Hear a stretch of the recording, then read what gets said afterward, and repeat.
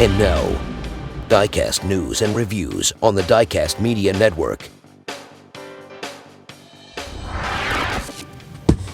Well, hey there, folks. Chuck here, and I've got a really cool thing that I'm eager to try out. Well, I hope it's cool. We'll see. There's not a lot of information out there on these things. This is a Magic City Diorama that I wanted to try out. I've seen some posts about them, and I saw that James Kim over at Model Cars Houston had these for sale, and he seemed like about as reputable a buyer as any to get these from. And he's got a channel. He's got several channels, actually, and a Diecast podcast. Good for him. James, come on Diecast Breakdown, please. And wanted to give him some business, and his links are in the description below.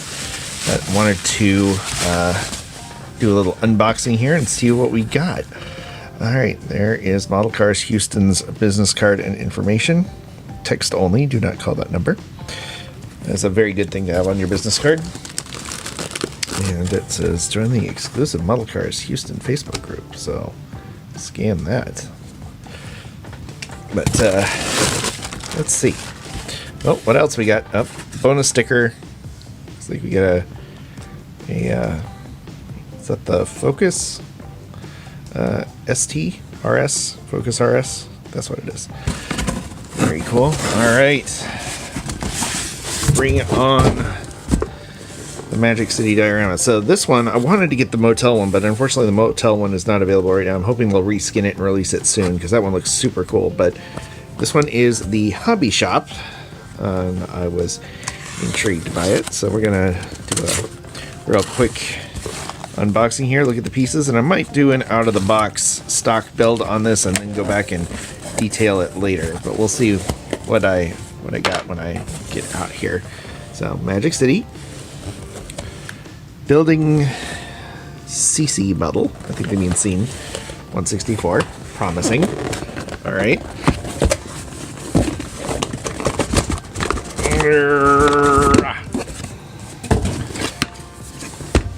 Okay. Cool packaging. It's got kind of a weathered concrete look to it. And, right, not really a lot of markings on it. That's fine.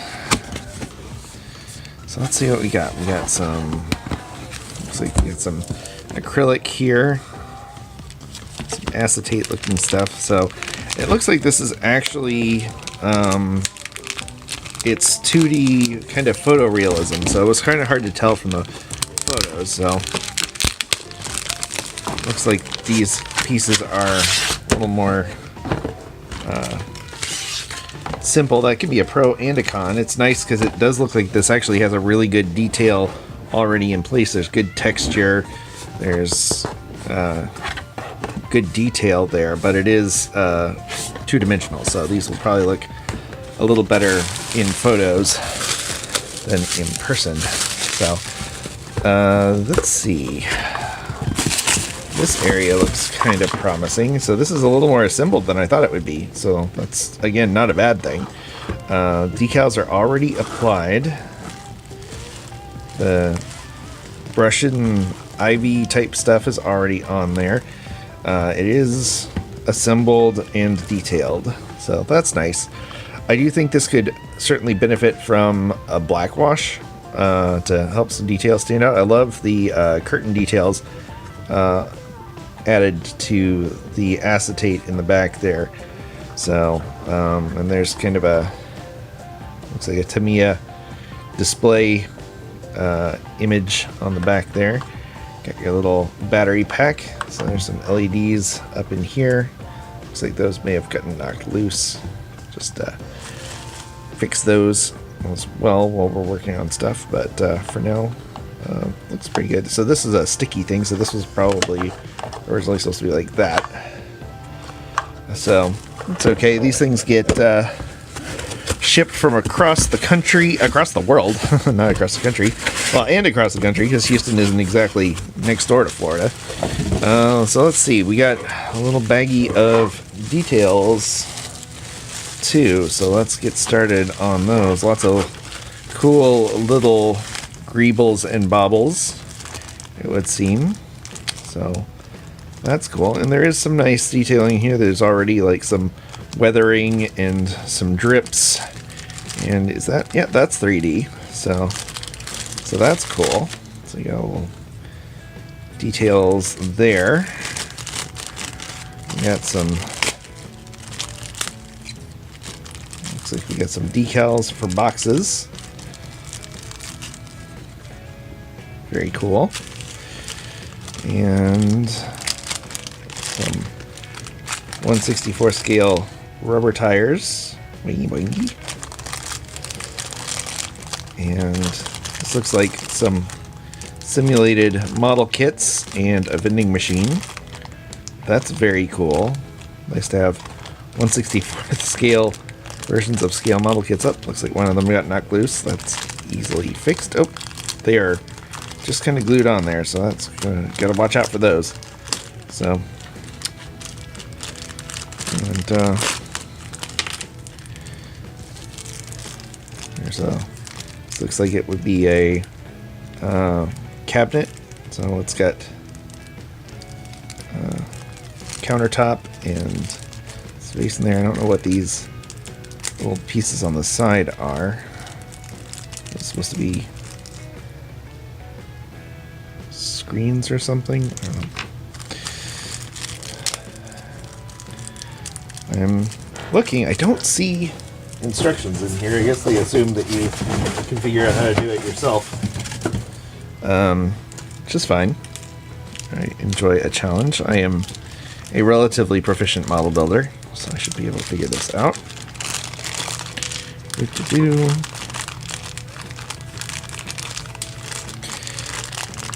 Alright. So everything's packaged very nicely.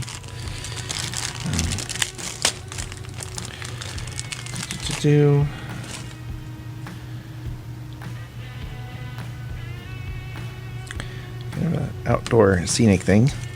So, alright, so we've got the building. These aren't printed, these are 3D. They're actually built in, so that is actually really nice. Nice texture on the building. The building itself is very, very nice. And you get kind of the garage area over here, as we saw earlier. So, alright, let's see. See if we can get this thing together. So you got kind of your base.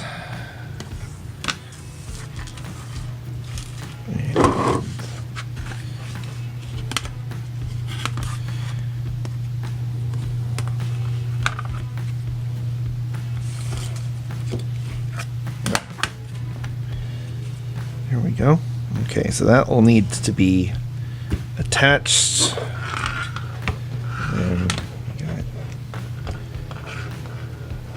this over here. Very carefully put it back on the shelf.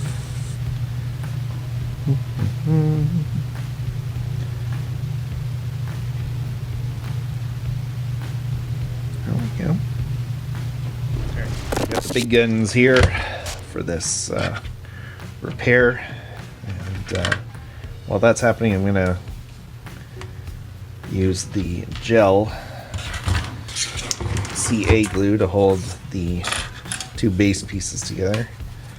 It's not ideal, but it looks like you really can't have this thing fully glued down, because otherwise you can't get to the battery pack. But while that's happening, the CA should do a good job of holding these pieces together here, at least enough that it'll look good on the shelf. I don't think we'll be able to hold up to many movements. You'd have to be very careful picking it up. There might be, I think something I might do is reinforce in here somewhere, some part where the building itself doesn't fall in. It sits right along that edge there, doesn't it? Oh, that's frustrating. Okay, so it's right on the edge, so it doesn't really give you a lot of room for reinforcement. Alright, still optimistic about this. Let's keep going. Ah. Time to reattach that. Don't want to use the CA glue here because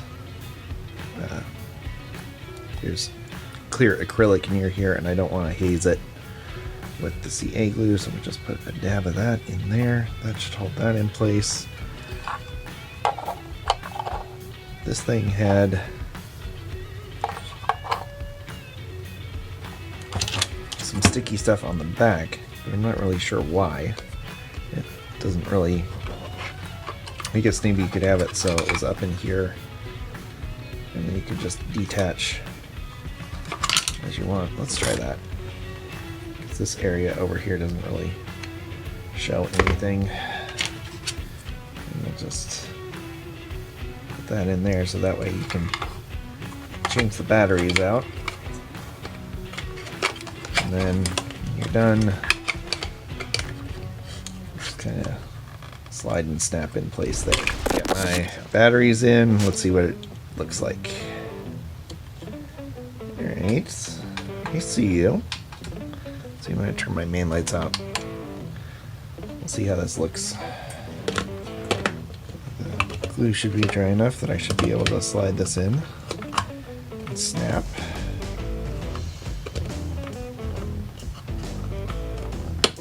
Okay. It's got a very nice warm glow to it, actually. Let's see if I can... Oh, that's going to snap the base, which I am realizing now is glued to my countertop. Okay. Should have thought that through. Alright, that's a problem for future me. Alright, well this is looking pretty nice. It's got a very nice warm glow to the LEDs. And I like that the sign itself illuminates. It's got a very retro incandescent vibe to it.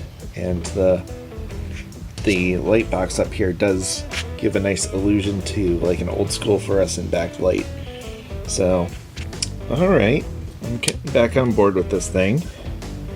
And I've found some photos of where things are supposed to go, so I'm gonna put them in place and we'll see what we got.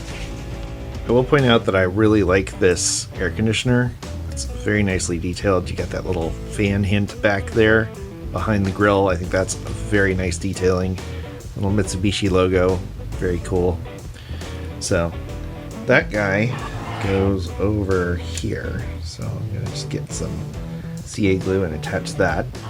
And I think I'm going to craft glue in the rest of the pieces because I do want to detail this properly later, but I do still want to display it as it sits.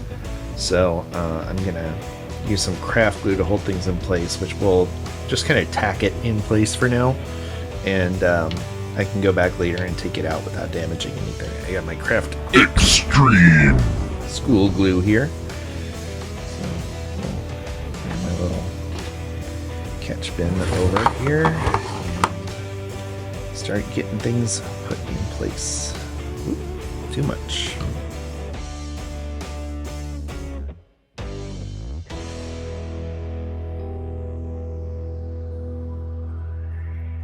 Okay, I think this is supposed to be the cash register, and it's just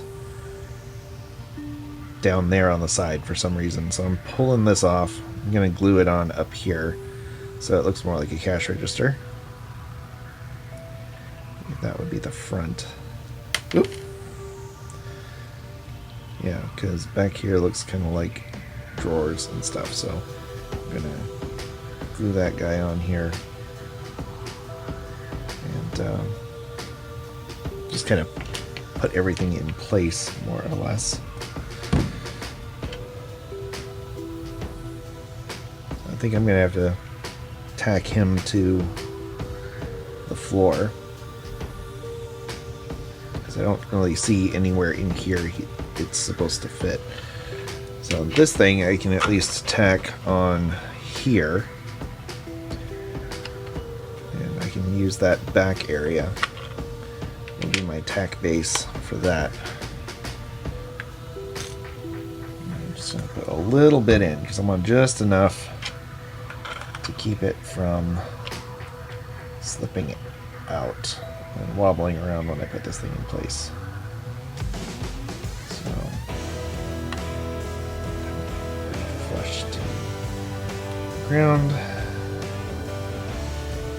And still not really seeing on the reference image where exactly this should go. I feel like it should go over here or over here.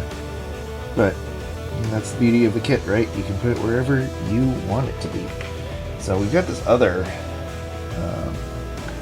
display too, which it looks like. Right, so after a lot of hemming and hawing, I think I'm just going to put it right in the middle here.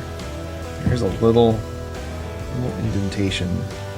That's not an indentation, but there's a little tiny line. I'm going to use that as my reference. This one, you can kind of see where the other pieces kind of started to scratch a little bit in place. So there is a little bit of a reference. I know that line goes to there and then goes across. So I'm going to go just inside a little bit on this because I know again I'm going to finally ultimately probably come back and I'm going to come back and rebuild this. And that'll be a different video. We're just going to glue those pieces down. Get them in place. So my workbench and shop shelves should be holding more or less by now. Let's see. Get this in here. Line it up. That's just about perfect, actually. So, cool. Alright. Make sure that guy is not tweaked too much. Alright. Let's do the rest. Okay, this guy goes right here. I'm going to bring him out a little bit because there's a bit of light leak at that joint, so I'm going to put him out and hopefully that'll block some of the light leak. And these guys are just kind of glued down outside like shipping containers. It's a good way to disguise the area where it hits the acetate. So this is just, it's probably stuff that I used to make over at my other day job. It looks like light cured UV ink that's been printed directly on acetate. So, okay. That goes there. The Tamiya welcome mat kind of blocks, or has a little bit of a gap according to the pictures. So that should go there. And we got a few more orange crates. Those go over here. So I will say this thing would definitely benefit from some added finishes. Everything is kind of the same sheen, so it looks like acrylic or plastic. So even if you were just gonna not paint this, I'd get like some brush on matte clear or ultra matte to put it on the areas like up here where you wouldn't have a lot of reflectivity, or on stuff like this cardboard box, which I assume that's what the decal sheet is for. It comes with a large decal sheet. And I guess these could go on the orange crates and this would go on the cardboard. So when I do that, I would need to make sure that has a lot of matte clear on it so it looks more like cardboard. So I would use like a Vallejo Ultra Matte, or maybe a AK Interactive Ultra Matte on there. So move those guys. We'll just kind of ease them into place, kind of make it like not too perfect. And get this guy, which honestly I don't really love this little piece. It looks kind of like it came out of a fish tank, but it doesn't really have a planter, so when I go back and redo this, I will make a planter for it, or replace it, probably. No.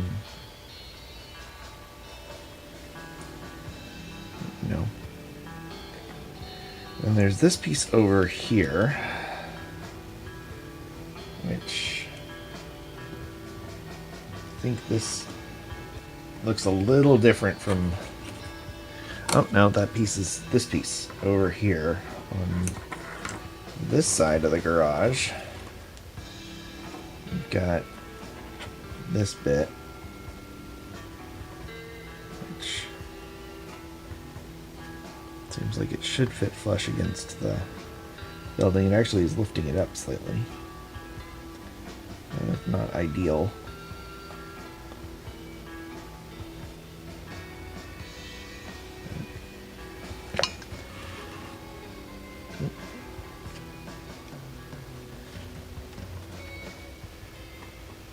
This is handy because it will help hold things in place. Again, wish they had something like this that was going across the cross section of the acetate here that would help hold it in place, give it some extra reinforcement. But does this... It's hard to tell. Does this... this looks like it's set back more. That's it. It's set back more. Alright, so line this up. That, and then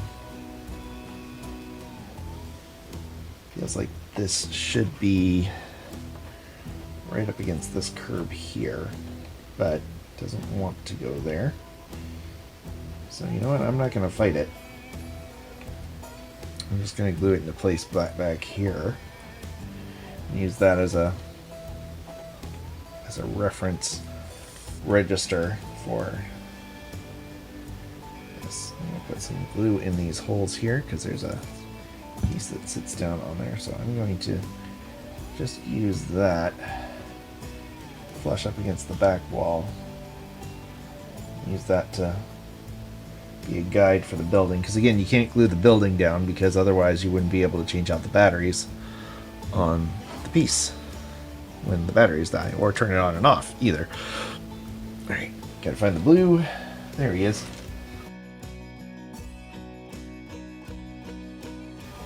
Again, when I go to rebuild this, I'd put like a lot of chipping on this. Make it probably almost more chipped than blue. Because things like this would have like a bike or something chained to it. So I'd probably find a bike.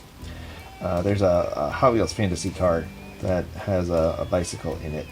It's 1/64 scale. I might tear one of those apart and chain a bike to it. I think that would look really cool. So we got... Over on this side, you got some tires that go into place. Let's see again, make sure we're aligned.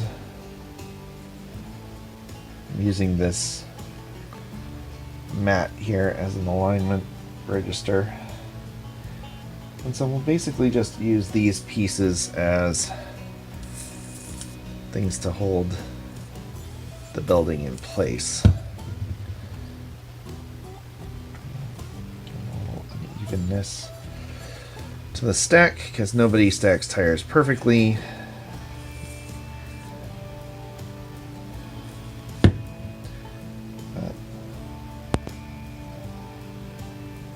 And again, when I go back and redo these, I would definitely do these in like a matte gray type finish. Actually, you know what? I'm gonna get a little nuts here.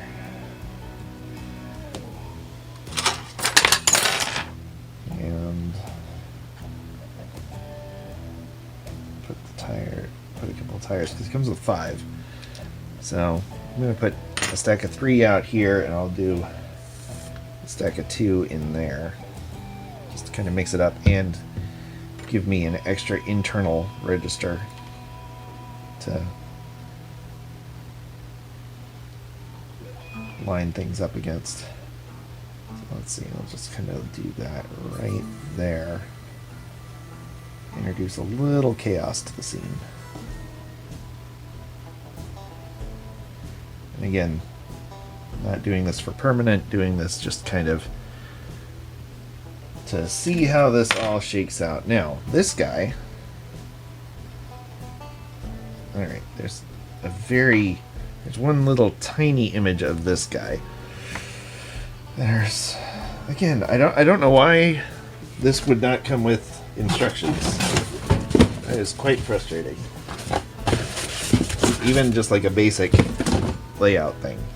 So, but you know, again, that gives you the freedom to build this how you want, I guess. But you know,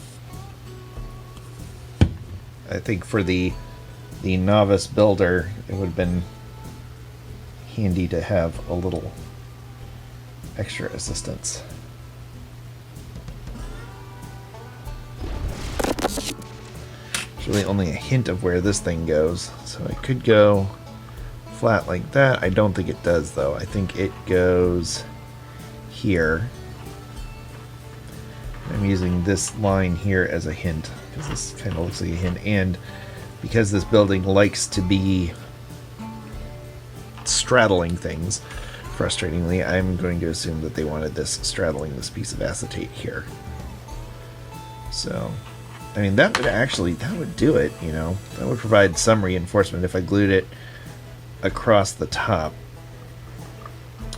So, alright, I give it a tiny bonus point back for that, but there really should be something on either side that points out the that helps reinforce the base.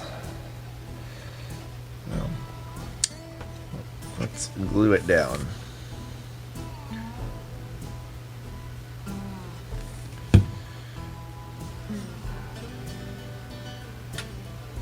Okay.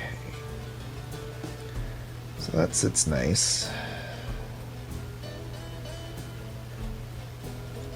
Got one more orange crate. I think I'll put it on the inside here. Get an extra registration point for the building to sit against. And just kind of tuck that right in there.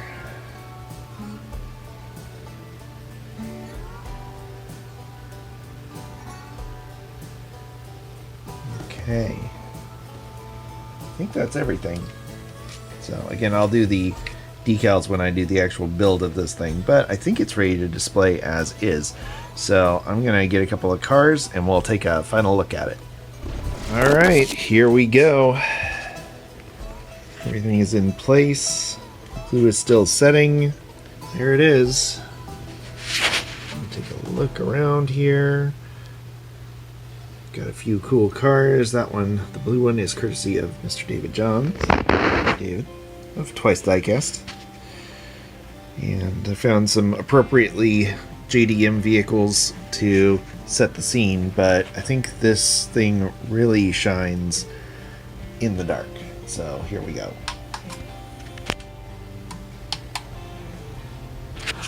Again, I really like the lighting on this. That is, I think, the big saving factor for me, because they've done a good job of having warm LEDs in the garage and the house area, and cool LEDs where there would be like fluorescent lights for the sign and for the hobby shop itself. The new gripe that I discovered with this thing is that garage is incredibly short. That Honda is a incredibly short little truck, and it still just barely fits in there. None of the other vehicles in this scene, even this little Suzuki Jimny, did not fit. They stick out slightly. So if you've got a very small car like a true 1/64 scale Honda Civic or something like that, it will fit in there just fine. But otherwise, you're kind of out of luck there. But yeah, this thing looks very good. It would look very good on a shelf with low lighting and just kind of highlighting the LED factor. Although there is some glow through, I'm realizing on this. So when I go back to redo it, I would paint the inside black. I'd use that Stuart Simple ultra black paint to make sure there's no light leaks. So see, you're getting some light leaks there. And then as we're bringing it back around, kind of another closer look at that hobby shop area. I do really like how the hobby shop area turned out. Again, I think that's another big plus for it. I do like all these little boxes and stuff that come with it. That is a nice touch, and I do appreciate that it came with some tires and a little workbench, and all of that's going to be very fun to detail. Now, do I recommend this? I guess with a caveat. I think, I think I paid about $100 for this from Model Cars Houston, and that's a fair price. Like there's other places where it might be slightly cheaper, but he's a very reputable seller, and I wanted to make sure that this thing actually arrived, and he's US based, so the shipping was very quick and reasonable. So I don't hold anything against Model Cars Houston for this. I think they did exactly what they were supposed to do. Is this kit worth the MSRP that the distributors tend to be selling it at? I could see it being a great value at maybe $60 or $70. It seems a bit steep to, with shipping, have this be over $100, especially considering the lack of instructions and some of the difficulty in assembling this thing. The base is very basic. I do think it is a lot of kit. It is a very cool model kit, and they can set that price because nobody else is making a kit like this. But I would encourage, if you're looking for something like this, check out other builders that I talk about a lot, like Monster Model Works or SK75 Works, that make laser cut kits that are very detailed and very well done, and both come with excellent instructions. But they are more US and UK based in their architecture. So if you want JDM stuff, I still have yet to see anything in this price point that would come close to this for the price. So if this is what you're going for, and you can afford it, yeah, I think it's worth it. It's just, you definitely need to be understanding of what you're getting, and I wish that there was a little better documentation from Magic City about how the kit is made and what you're getting yourself into when you buy it. But it looks really nice in low lighting, and this will be a killer photographic backdrop. But again, the problem with the low light though is that you don't really pick up on the three-dimensionalness of this curve. You see how the glare kind of makes it disappear. So when you're picking your angles, you have to be careful, because otherwise you do it like that and it just looks very flat. So maybe elevate in with some more outside ambient lighting, it would look really good. So anyway, what do you think? Do you think it's worth the price point? Let me know in the comments, and while you're down there, be sure to punch that subscribe button, hit the like, and if this was useful, please be sure to share it with your friends. That's a great way to help this channel grow, along with becoming a member or a patron. You can find out how to do that by clicking the join button or by visiting the link in the description that takes us to the Patreon page for Diecast Media Network, or going to diecastmedianetwork.com. So again, very cool. Shout out again to James at Model Cars Houston. Be sure to check him out. His link will be in the description. And James, please come on the show. We'd love to talk to you. And you, thank you so much for making it to the end of another video.